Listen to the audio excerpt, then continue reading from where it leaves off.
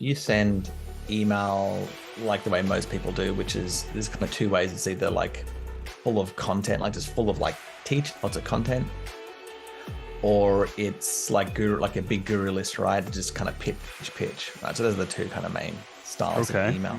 Welcome to the Next Level Income Show, where it's our goal to take your income, your investments, and your life to the next level. I'm your host, Chris Larson. If you haven't yet, get a copy of our book for free at our website, nextlevelincome.com. That's www.nextlevelincome.com. Just click on the book link, and I'll even send you a copy if you put your address in. In 2013, Luke Charlton, who joins us today on the Next Level Income Show, decided to quit his comfortable six-figure-a-year government job. He moved halfway around the world to London, which he's going to tell us in his story in this episode. And he started an online business as a coach. He thought he knew enough about marketing to survive in one of the most expensive cities in the world, but quickly realized this online thing wasn't as easy as it looked. And through years of trial and error, he finally discovered his formula for online success. He's gone on to spend millions on advertising, help his clients generate over $50 million in sales. And now he spends his days as a quote unquote hermit living somewhere near Byron Bay with his two lovely children, runs his ad agency, and teaches other coaches how to get consistent high-paying clients with paid advertising and email. And he's going to teach you his system today. Luke Charlton, welcome to the show. Hey, Chris, how you going? Pleasure to be here. Yeah, man. Look, if you are listening or you're watching, you don't know this, but Luke is coming to us from around the world in Australia, and it is early there. So he's doing this podcast at most times that people are sleeping. And Luke is the man. I'm going to allow him to talk a little bit about his background and hand it over to you before we dive into the meat of this discussion here. No problem. Yeah, I it's 5 a.m. moment for those listening, which is actually, as we were chatting about before, I actually get up at 2. So this is amazing. If I get up at 4, that's like a sleep. It's like a sleep in for me. Yeah, I get up at 2 because I've got a 2-year-old and a 4-year-old, so I can just get a lot more done if I go to bed early and wake up earlier. Anyway, my background. So yeah, I am a marketing sales coach. I predominantly work with paid advertising and email. And I've been doing this in 2000. Well, I became a coach. I was just thinking about this last night, actually. It's basically a decade that I got certified in 2012 as a coach. I got certified as a generic life coach, and I was a personal trainer, and I wanted to do like more of the health stuff. And as I moved to London in 2013. I thought, you know what, I'll go full head on into my coaching business. And I moved to London because my family's from there. So I got my passport. And I thought, because I'm from Canberra in Australia, which is the capital, but it's not a big city. Yeah. So I thought my logic at that time was, well, there's more people in London, so it'll be easier to client. So that's why I moved to London. And it was, and I failed miserably. Basically, I got one new client in 12 months. And the approach. And there's like 8 million people in London. So I mean, yeah, it's a lot. And I was like networking, like, because it's so big, you can go to a networking event like every night of the week. So I was networking like 5 nights per week. I felt like if I was doing something, I was moving towards client. I didn't get any clients from any of my networking after 12 months. Wow. And I was doing I was really bad. I was doing, I had my own, it was back then, it wasn't YouTube Live, it was Google Hangouts. I had a Google Hangout show that I was doing once per week. I was doing like webinars. I was doing email very poorly back then.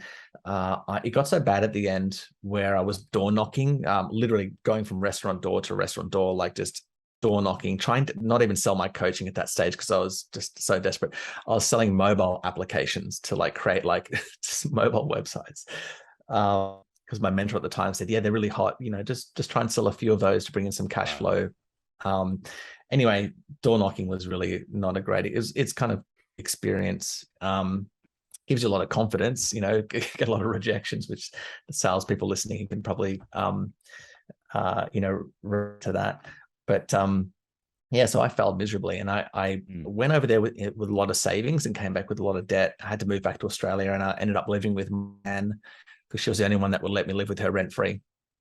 And it was kind of a blessing because it allowed me to go, okay, like take a couple of steps back. I got a side job in a bar, like just a nighttime gig. So I worked on my business during the day and I worked there at night. And it allowed me to kind of go, okay, what I'm doing is not working.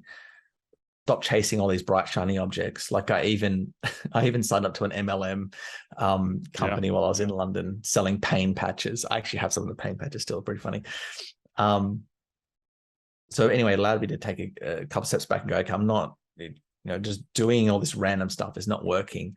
And that's when I started to go, okay, what is it that the most successful people do?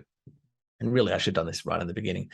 So I started looking at what they were doing in terms of even before the internet, right? What were people doing like years ago? And that's what kind of got me onto copywriting and learning about people like Eugene Schwartz, like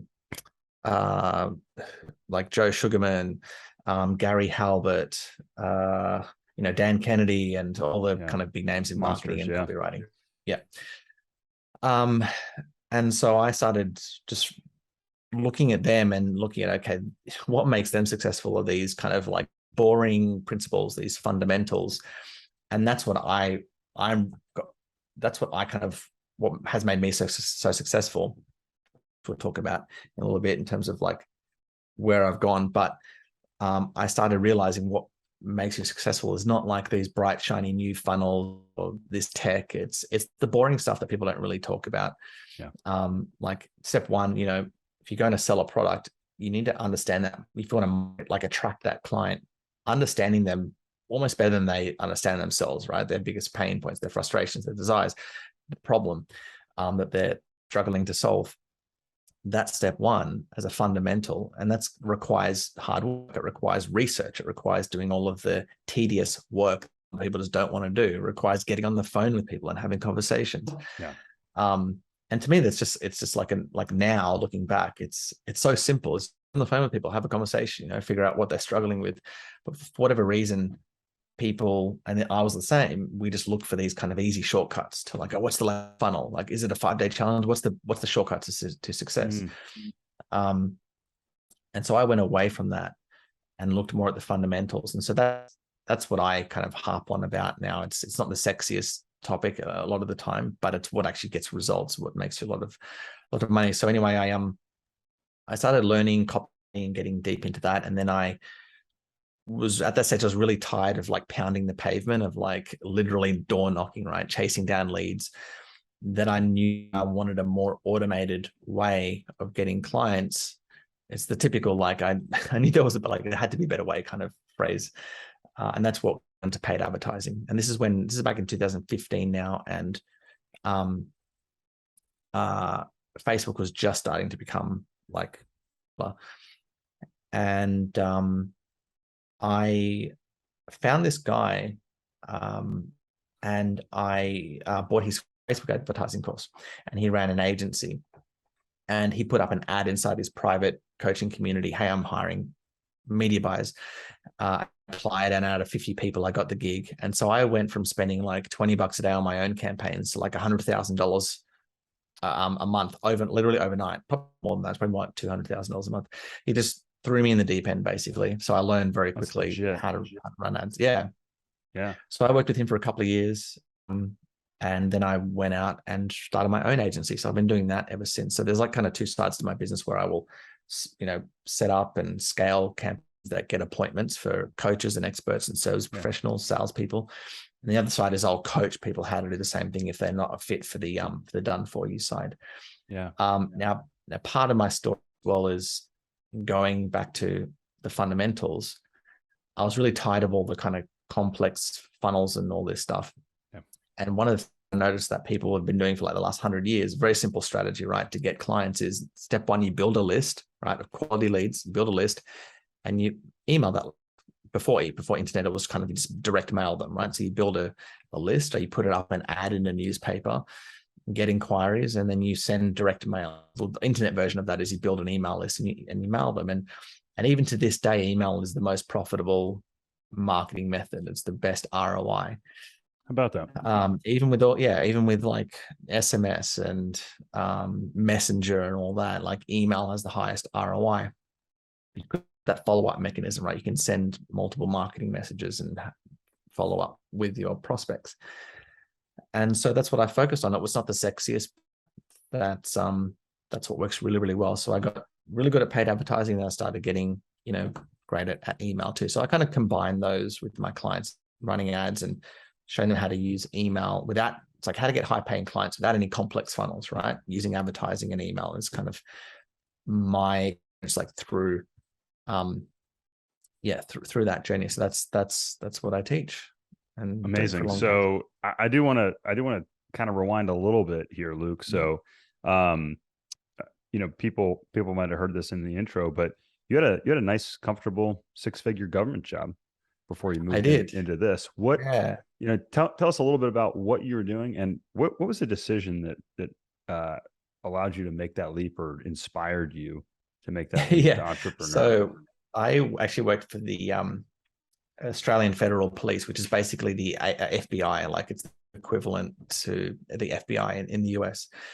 And I was just I was like an IT service desk analyst type thing. I help people with their computers and stuff like that. So kind of nothing to do with marketing. Yeah. And it's all data though, right? And like you said, going back to the fundamentals, there's interesting stuff. Yes. There is in that job, there's definitely fundamentals and ways of solving problems in there that are just repeatable and based. So what I realized, like I was about 26 at that stage when I left that job, and so I'd worked in a 9-to-5 for about maybe 5 years. So before that, it was customs, Australian customs, and then I transitioned to the AFP. And what I kind of realized, actually not at the time, but I was in a career that I didn't really see myself doing, and it was just kind of like I did it just to make money, like a lot of people. And when I joined I left the customs because it was monotonous and it was the same, and I was like, wasn't enjoying it. So I moved to the AFP, and it was really great for the first 6 months. And then after the first 6 months, after I kind of learned everything, it got really monotonous again, and I really started to not enjoy it. And where I'm from in Canberra, it's the capital. It's kind of like Washington. No, it's all public service jobs basically.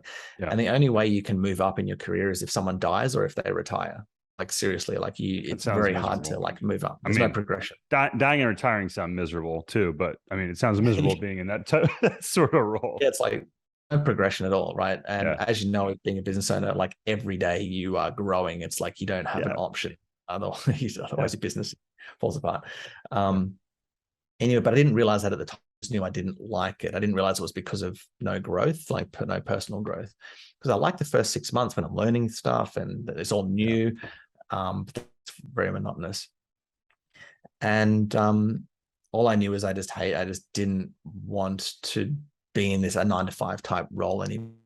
I reckon if I had landed in a 9-to-5 job where I was doing like sales or something more entrepreneurial where I was growing, I think I probably would still be in a 9-to-5 because it's probably more about growth. So anyway, I thought, okay, I don't want to do a 9-to-5.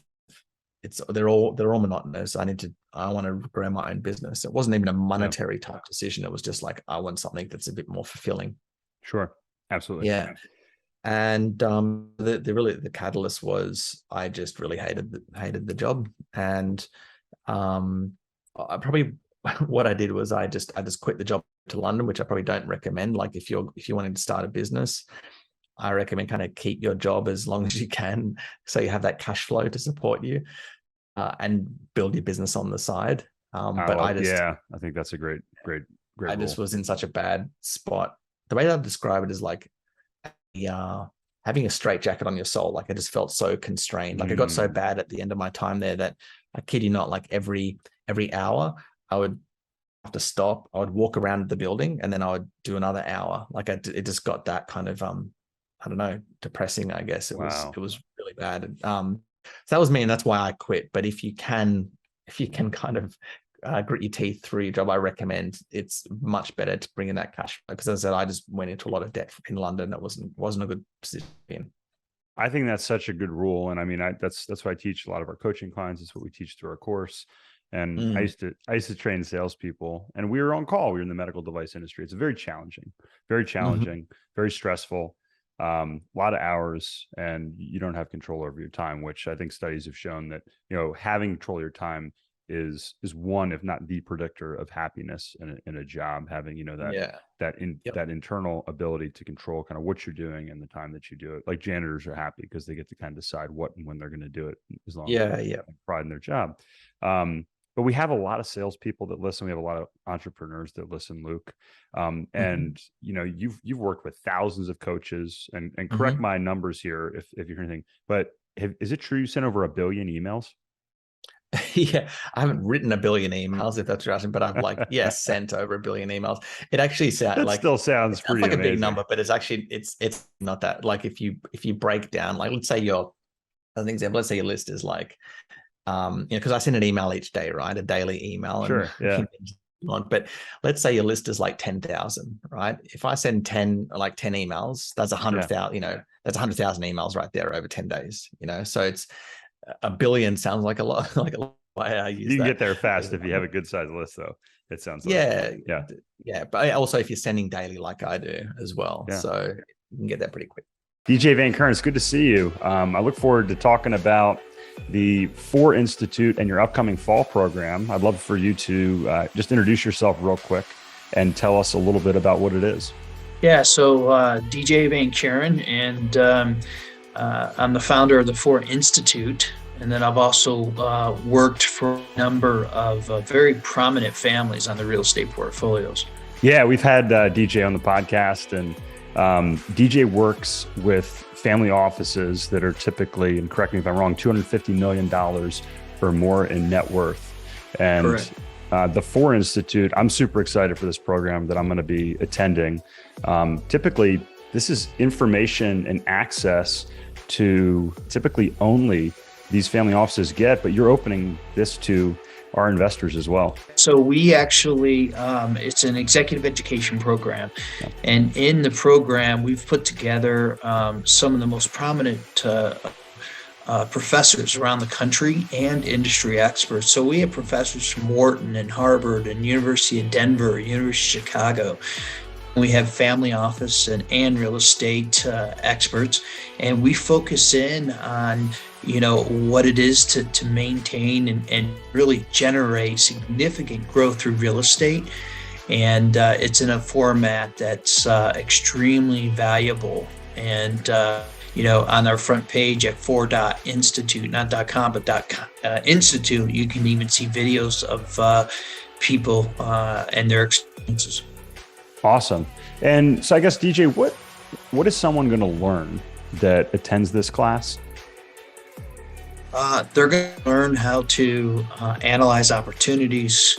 They're going to understand about market cycles. Where are we in the market cycle, and what to look for in the various property types. They're going to understand, get into some of the issues about maintaining your wealth from long-term perspectives, tax strategies for your investments, and really how to make better decisions on your real estate investing. No, I think it's awesome. I think a lot of people have concerns about where we are right now in the economic cycle, what's going to happen to real estate. I follow, one of the faculty, Dr. Miller's quarterly reports to stay on top of these things. And I'll tell you what, it makes me feel a lot more confident knowing this information, knowing historically what has happened, and to have access to these faculty, this information. I'm really excited about it. How can people find out more if they want to attend? Yeah, so they go to Ford Institute, which is FORE for Family Office Real Estate. So it's Ford.institute. It's not .com, but it's .institute. So Ford.institute. And you can click on there to receive a brochure and then sign up for the course. Perfect. And we'll have the links right here along with this short video. DJ, it's great to see you. I look forward to seeing you in person here later this month. But your business, so you said you send an email a day. Like, okay, yes. That's one email. And what? Yeah. So yeah. What if, working with all these coaches, going through this process, distilling it down to the ability to kind of channel it all through that, that one point of communication. Why an email a day? What have you learned in that process? And kind of what is that business model kind of rolled up into that? Yeah. So I have a simple rule with emails, like it goes like this: the more you email, the more money you make. So if you don't want to make money, don't send an email every day. just send an email once every, week or once every 2 weeks, like most people. But if you send email, but I hate a lot of people hate email though. So they might say one. That's what I was about to say. So Okay. yeah, if you send email like the way most people do, which is there's kind of two ways. It's either like full of content, like just full of like teach lots of content, or it's like a big guru list, right? Just kind of pitch, right? So those are the two kind of main styles of email. If you just like send like that, sending content is fine, but here's what happens, and I'm sure we've all experienced this. You jump on an email list, you get like bombarded with lots of content, and you put it in like, I'll read it now. I'll read it later folder. I've all got that like great content folder, and it just keeps getting filled and filled and filled. I got that. And let me tell you what it's called here real quick. It's called to watch and to read. Right. To watch, to read. When's the last time you went through and like watched it and read it? Well, the list gets bigger. It doesn't ever get smaller. I can tell you that much. Yeah. And so that's the problem, right? Is like people, you'll notice that your open rates are really good for the first couple of weeks because people are getting all this content, and then they kind of get burned out, and they're like, okay, I'll read it later, and they're just like information. Yeah. And this was me, right? So in 2015, when I started to get more serious about email, I was doing the same thing. I was spending like hours on like just sending an email. Yeah. And I noticed that people would open for the first couple of weeks and then it would just die down. I'm like, it's really frustrating because you're spending so much time, writing great content. Yeah.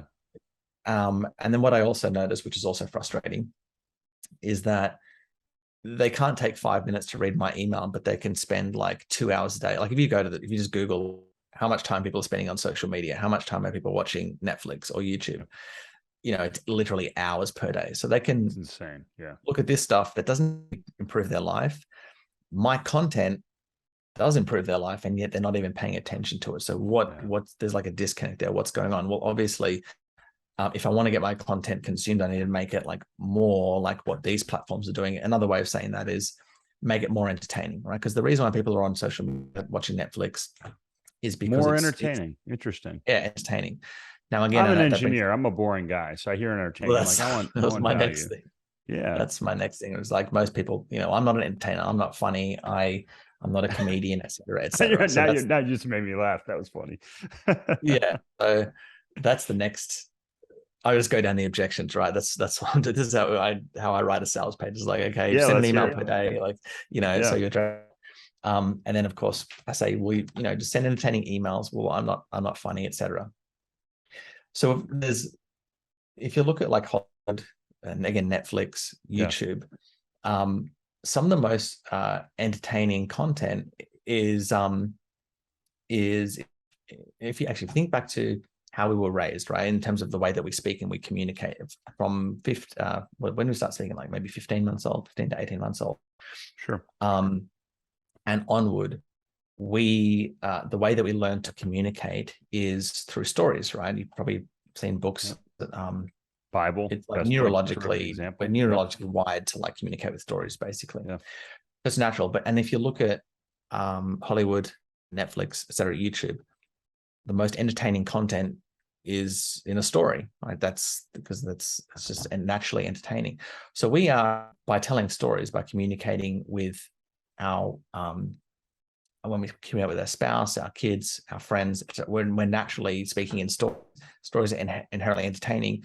The key there is we just want to make sure that the stories that we choose for our emails are going to be the most entertaining stories, right? I can tell a story where it's like, I drank a coffee today. Like that's not really that entertaining.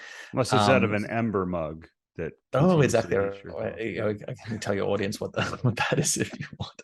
An Ember mug, by the way, for those listening, is just, I don't know how you've probably spoken about it on your podcast. I haven't. So yeah, I should have it. I should have something like, top 10 recommendations this year.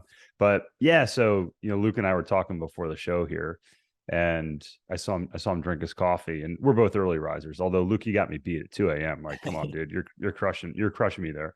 I stay up a little later though, to be fair. So you're heating up your coffee like multiple times a day. My wife got me this Ember mug, and I'm terrible. Like, I always guess like what presents I'm going to get for Christmas, and it drives my wife absolutely crazy. I'm the kind of guy that can like put my hand over the box and say, oh, it's this, Yeah. And she's like, how in the hell did you guess that? Like, we've never talked about it. We've never done it. And, it just pops into my head. I opened this box. I had no clue. It's an Ember mug, and this self-heating mug, that recharges itself. And I'm not a stuff guy. So I looked at it. I was like, I don't need that. I got my mugs. We got 20 mugs in the cabinet, nice mugs. Well, I tried it. I freaking love this thing. Like, I absolutely love it, because now I can pour my coffee, and not only is it hot when it gets into my mug, but after I drink it for a couple minutes, not only is it hot, it actually gets hotter. Like, after it starts to cool off, it's just fantastic. And I can sit there for an hour with a hot cup of coffee. And a microwave, just kind of makes it, I'm kind of not a coffee snob, but I'm maybe a connoisseur is a better way to put it. Cool. So that's a perfect example of a story right now. The way that I would, so anyway, to identify a story that might be entertaining, is think about something that sparks an emotion within you, right? So you told me that story before we jumped on today because it was interesting to you, right? It was exciting to you. Dude, have you heard of the Ember, right? So anything that sparks an emotion, like a strong emotion within you, like whether it makes you frustrated or happy or excited, sad, that's a really great place for an entertaining story. So I get stories from like news articles all the time of just something that, like I saw one the other day where I wrote an email about this this woman went to hospital because she was too afraid to fart in front of her boyfriend. Like, I kid you not, like that was the line. And what I also found funny was like it was above the Ukraine war, like it was higher than the Ukraine, than some articles about the Ukraine war. Just thought I mentioned that as well. I thought that was funny. So anyway, I laughed. Yeah, she did, but I laughed. So I thought, this is a great email. I don't know what the next step is, the lesson. Okay, so you got the story. You just tell the story. So for you, the Ember mug, the way that you might start that story is like, what really pees me off is like when you, again, that's the emotion, right? Is when you you're sitting there with your coffee and it goes, cold after 10. This is what I was talking to you about. It goes cold after 10 minutes. And you have to drink quickly, and then you're peeing, and then you're peeing every 5 times every hour because you're drinking your coffee so fast. And anyway, I came across this great product, or my wife gave it to me, Ember mug, and here's what it does, and here's why it's called, blah blah blah. So that's just the story. Okay. And so but I remember I visualize, I'm like, I hate going because I don't have a bathroom in my office. I got to walk down the stairs. I got to heat it up in the microwave. It's like, right. It's fantastic. So you just tell the story. There's no kind of like magic. You just tell the story kind of how you were telling to me before in your email. And the next step is the lesson, right? But the point is you lead with entertainment, because that's what people really want. That's why people, it's really hard to reframe. I understand that, because people are so used to like, oh my God, it's a marketing email. I can't send too many marketing emails because then my list will get really annoyed. These are emails that people like to read, right? I get replies to my emails all the time saying, Luke, I love your emails. And the only way to really kind of see this is if you jump onto my list, just read some of my daily emails. You'll see how it works. It's really simple. Story, lesson, close is the framework. Just what's the story? Story, lesson, close. Yeah. Of course. Story, lesson, call to action, same thing. Because the close is not like, it's not like this hard close. I guess I can use the word close for salespeople. Just call to action, like just a soft call to action to whatever your offer is. Like, hey, book an appointment if you need help with generating more sales or whatever. So the lesson for you now, what do you teach, Chris? What do you teach on your list? Is it about investing specifically, or is it different? Topics? So if you look more at our coaching and our education platform, we're teaching strategies to make, keep, and grow your money. So ultimately, develop streams of passive income is what we teach. Cool. So I would think about, okay, here's Ember, here's the company. Now, what's a cool lesson from this story? Now, it could be an investing lesson in terms of like, hey, this company found a need in the market, very niche kind of need in terms of, but what they've done is actually pretty cool. It's like they've found a problem that people get annoyed by, and they've created a really cool product for that, right? So that's a lesson in investing, right? If you want to invest in a good company, find one that has, I don't know, great marketing or solves a great problem or whatever the lesson is, right? To the point, there's an investing lesson in there, or marketing. I would say, what pops into my mind is, look, we invest in multifamily because the demographics point in that direction. We don't have enough housing. People need a place to live. It's something that almost everybody needs. Coffee is the #1 consumed beverage in the country. And it's a massive, if you're going to go after a business area or an investment, go into a rising tide, go where there's a lot of fish, right? There you go. Yeah, Very simple. So it's a story, and you kind of think about it. Got What's it. the lesson? All right. Great interview. Good. Have a great, no. I love it. It makes perfect sense. Yeah, it's straightforward. I mean, that's it. That's Absolutely. the So, all right, refrain. I'm gonna pull, because I know you're the email expert, but I want to pull this because I'm thinking about it from a kind of a, not only a bit of a selfish perspective, kind of from my past in sales, but also for, my friends and listeners who are in sales or entrepreneurs. It sounds like I could use this, especially if I'm seeing a client on a repeated basis. It's like the guy, right? What is it? Ned Ryerson in Groundhog Day. He walks up, he's the insurance salesman, and Phil turns and he runs like the other way in the street and steps in the puddle, right? So like I don't want to be that guy. I don't want my client or my customer to run away from me. So what you're saying, Luke, is I could use the same strategy, right? I could say any business. Yeah, as long as the emails are like, if your emails are annoying, don't send them. Like if they're not, like, I don't understand this, like this mindset of like, oh, I don't want to annoy my list, so I'll just send one annoying email per week versus like 7 annoying emails. No, you don't send any annoying emails. Like every email should be something that they want to read. And if they want to read it, why wouldn't you send it every day? Because then you get more offers in front of them. So that's why I say, look, the more email, the more money you make. But you've got to send emails they want to read. If they don't want to read them, don't send any emails. Don't send one a week or one a month. Does that make sense? So as long as that makes perfect sense. Yeah.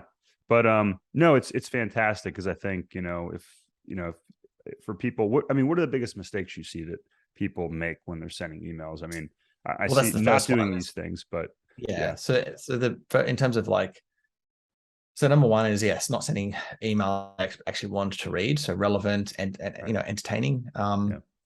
Number two is they teach too much, right? So just too much.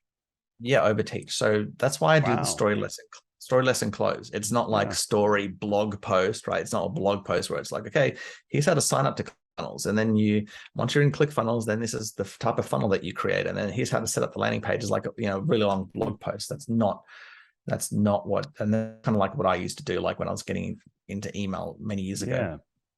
And people, that just overwhelms people. That just goes straight into the I'll get to it later. This is great. I'll get to it later folder. So that's why I say story lesson close. I'm very specific about the lesson, because it's just like, what's the principle? What's the lesson? And that, another way of saying that is, what's the what and the why, right? Don't go into the how, the what and the why. So what you need to do, you need to send regular emails, right? 1 email per day. Why? Because the more you email, the more money you make, right? I'm not going into how to write. Here's some copywriting techniques. That's for my program. That's for my coaching. But as long as I give the what and the why, that's hugely valuable. Even just the why in an email, why they need to do email. A lot of my emails just have the why in it, because it's very valuable to tell people, look, you don't need a complex funnel to get clients. You don't need a complex automations or anything like that. You can actually get high paying clients just from sending consistent emails. And that is just that is such a light bulb moment. Just that is valuable. So you kind of reframe what valuable content is. Valuable content can be the why, it can be the what. Yes, it can be the how, but the how is for your program. Yeah. No, that's fantastic. And actually, I was the beginning of my career, I worked for Pfizer, which is a very polarizing company here over the past couple of years with everything that's going on. It was a great company to learn sales. And I had I talked to sometimes a dozen or 2 dozen doctors or surgeons a day. And I remember a doctor said to me one time, he goes, I like you, Chris. He goes, you come in, you don't waste my time. You give me something, that's valuable, teach me something basically. And then, you're on your way. And I probably, maybe I'm a little funny. I have no idea, but I probably would say, we talk about something entertaining or funny or that sort of thing. And then, but I'd give them a quick bullet and roll out. And that's terrific, because I think we want to teach so much, we want to provide so much value, but I think I love your point. If people aren't using it, right, it's like, it's like having a steak that's too big. You're like, well, that's great, but I'm going to put it in the fridge. Well, it's not as good later if you didn't eat it. It's fresh. Well, you have to understand, like, your emails are there to sell. They're not, this is another really important point. They're there to sell. They're not there to teach. So if you're teaching, you're not, because where you can really transform your prospect is in your program. So the email is a sales, it's not marketing. It's because they're already on your list, right? The marketing is getting them onto your list. Yeah. Right? That's where advertising comes in. You advertise a free guide or whatever, a lead magnet. Yeah. And that's what gets them onto your list. And then once they're on your list, you use email to sell them on your methodology. That's why you talk about the what and the why. The what and the why sells them on your methodology. They go, oh my gosh, yes, I need Luke's email system. How do I implement this? Oh, there's a call to action at the end to book a spot on his calendar. Right? So the email is a sales tool. It's not a marketing tool. The marketing is the list building side of things. So if you're teaching, you're doing email wrong. That's not what it's for. I think that's fantastic. I mean, and in that vein, Luke, how can people best get in touch with you? How can they get on your email list? I've been reading through the content here prior to our discussion here today. It's fantastic. How can people get more? Probably the easiest. I think just check out how the strategy works. It's very simple. I guess I'm all about simplicity after my experience in London, and trying all these complex funnels. It's funny, I actually do all the complex funnels for my clients. Like I can actually do them, but for myself and my clients, like my coaching clients, I just keep it simple. So my strategy is build your list, email it. So just all you have to do is go to 9emailoffice.com, just the number 9 emailoffice.com. That'll take you to the free guide. That's the guide that I advertise as well. Opt into my list and just see how the daily emails work. It's really straightforward. Awesome. So 9emailoffice.com. That's going to be, if you're watching on YouTube, down here in the show notes, or in the links, it's also going to be in the show notes if you're listening. And yeah, check out Luke's info, get on his list here. I know I am. And Luke, thank you so much for joining us from across the country, or across the world, in another country. Hope you enjoy your coffee and it's still hot. Thank you. Yeah, it's still pretty. Cheers. Thanks, Chris. Awesome. Cheers. Hey, Chris here again. I hope you found this episode valuable. Now, I have one more thing to gift you. We have a page for my coaching clients where you can get a free copy of my book, as well as much more from previous guests on the show. Just check out nextlevelincome.com/coaching to get a free copy of my book, audiobook, and much more. I'll send you a copy of my book and cover all the shipping costs as a thank you for listening to the podcast. Also, please like, share, and take just 90 seconds to give us a rating on Apple Podcasts.